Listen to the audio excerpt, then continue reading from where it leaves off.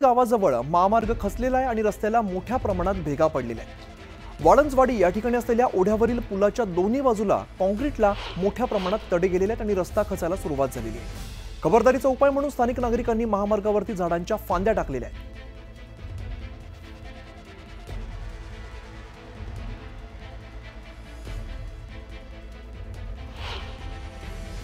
गेल्या 2 दिवसापासून रत्नागिरी जिल्ह्यातल्या खेडमध्ये मुसळधार पाऊस पडतोय आणि या मुसळधार पावसाचा फटका या ठिकाणी मुंबई गोवा महामार्गाला देखील पडलेला आहे। माझ्या पाठीमागे बघू शकता की मुंबई गोवा महामार्गावर कळंबणी गावानजीक जो एक पूल आहे, या पुलाची अवस्था या ठिकाणी दयनीय झालेली पाहायला मिळते। जवळपास पुलाच्या जी सामंत आहे त्यापेक्षा 1 ते 1.5 फूट खाली हा जो पूल आहे हा या पावसामध्ये खचलेला आहे आणि मोठमोठ्या भेगा ज्या आहेत या ठिकाणी आपल्याला पाहायला मिळतात। आपण बघू शकतो की महामार्ग हा सिमेंटचा बनवलेला आहे, त्यामुळे लोखंडी शिगा देखील या ठिकाणी ज्या आहेत या पाहायला मिळत आहेत। या पुलाच्या जवळचा भाग जो खचलेला आहे त्या ठिकाणी आता महामार्ग विभागाने ज्या ठिकाणी एक लेन जी आहे ही अर्धी सुरू आहे।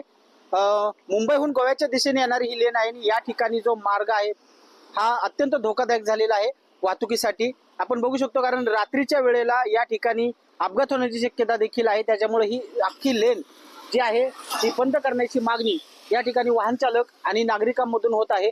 मुंबई गोवा महामार्गाला 2च दिवसाच्या मुसळधार पावसामुळे हा फटका बसलेला आहे। अन्य ठिकाणी देखील ज्या आहेत त्या भेगा पडण्याचं प्रमाण देखील या ठिकाणी पाहायला मिळतंय। त्याच्यामुळे मुंबई गोवा महामार्गावरून प्रवास करताना वाहन चालकांनी सावधगिरी बाळगण्याची गरज या ठिकाणी निर्माण झालेली आहे। चंद्रकांत बनकर, न्यूज 18 लोकमत, खेड, रत्नागिरी।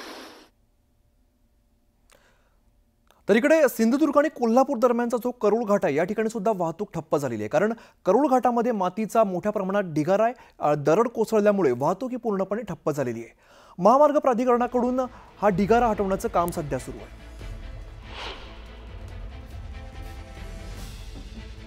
तर आपण बघतो करूळ घाटातली सगळी दृश्य। करूळ घाटामध्ये मोठ्या प्रमाणात रहदारी असते आणि या ठिकाणी दरड कोसळल्यामुळे मातीचा जो ढिगारा आहे तो आता इथे साचलेला आहे आणि जेसीबीच्या सहाय्याने हा मातीचा ढिगारा काढण्याचं काम सध्या सुरू झालेलं आहे। यामुळे वाहतूक ही आता पूर्णपणे ठप्प झालेली आहे। जर करूळ घाटातून प्रवास करणार असाल तर ही बातमी अतिशय महत्त्वाची आहे, कारण करूळ घाटातली वाहतूक जी आहे ती सध्या ठप्प झाली आहे।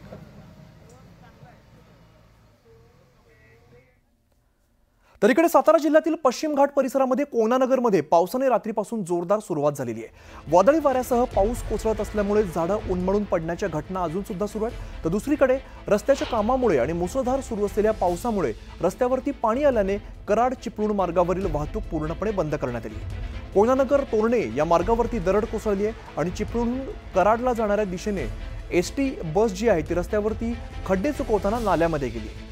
खड्डे चुकवताना ट्रक आणि एसटीचा अपघात झालाय, यामध्ये 8 प्रवासी हे जखमी झाले। विशाल पाटील आमचे प्रतिनिधी अधिकची माहिती देतात। विशाल, आपण बघतो खरं तर पाऊस खूप सुरू आहे, मुसळधार पाऊस सुरू आहे आणि या ठिकाणी या पावसामुळे अपघात सुरू झाल्याची माहिती मिळते, काय अधिकची माहिती आहे? हा, नक्कीच प्रमुख राज्यमार्ग आहे तो म्हणजे कराड आणि चिपळूण, कोकण आणि पश्चिम महाराष्ट्राला जोडणारा हा मार्ग आहे आणि या पश्चिम घाटातील जो सातारा जिल्हा आहे त्याला ऑरेंज अलर्ट देण्यात आलेला आहे हवामान खात्याने आणि कालपासून अतिशय मुसळधार पाऊस पडत आहे। परंतु कराड आणि चिपळूण मार्गावरती जो जोडणारा कोयनानगर हे धरण आहे आणि कोयनानगर परिसरात पावसाने हाहाकार माजवलेला आहे। गेल्या 24 तासात 104 मिलीमीटर पावसाची नोंद अवघ्या कोयना धरणात झालेली आहे आणि या वर्षभरातील सुरुवातीचा उच्चांकी पाऊस हा गेल्या 24 तासात कोयना धरण परिसरात पडला। मात्र हा जो पाऊस पडतोय त्यामुळे कोयना नगर येथे सकाळी एक बस खड्डे चुकवत होती, कारण येथील रस्त्याचं काम सुरू आहे आणि त्यामध्ये बस खड्डा चुकवत असताना ट्रकला धडकली, नाल्यात कोसळली गेलेली आहे। त्यामध्ये 8 प्रवासी जखमी झाले। तर दुसरीकडे या कराड आणि चिपळूण पाटण आणि कोयनानगर या दरम्यान जो काही रस्त्याचं काम चालू आहे त्या ठिकाणी गेल्या 8 दिवसापूर्वी पालकमंत्री शंभूराज देसाई यांनी या रस्त्याचं काम लवकरात लवकर पूर्ण करावे अशा सूचना दिल्या होत्या। या ठिकाणी ठेकेदार आणि काही शासकीय अधिकारी यांनी पाहणी केली, मात्र पुढे काय काम केलं असा सवाल आता येथील नागरिक विचारत आहेत, कारण गेल्या 2 तासापासून या मार्गावरती मोठ्या प्रमाणात पाणी वाहत आहे आणि त्या पाण्यामुळे पूर्णपणे कराड आणि चिपळूणला जाणारी वाहतूक पूर्णपणे बंद करण्यात आली आहे।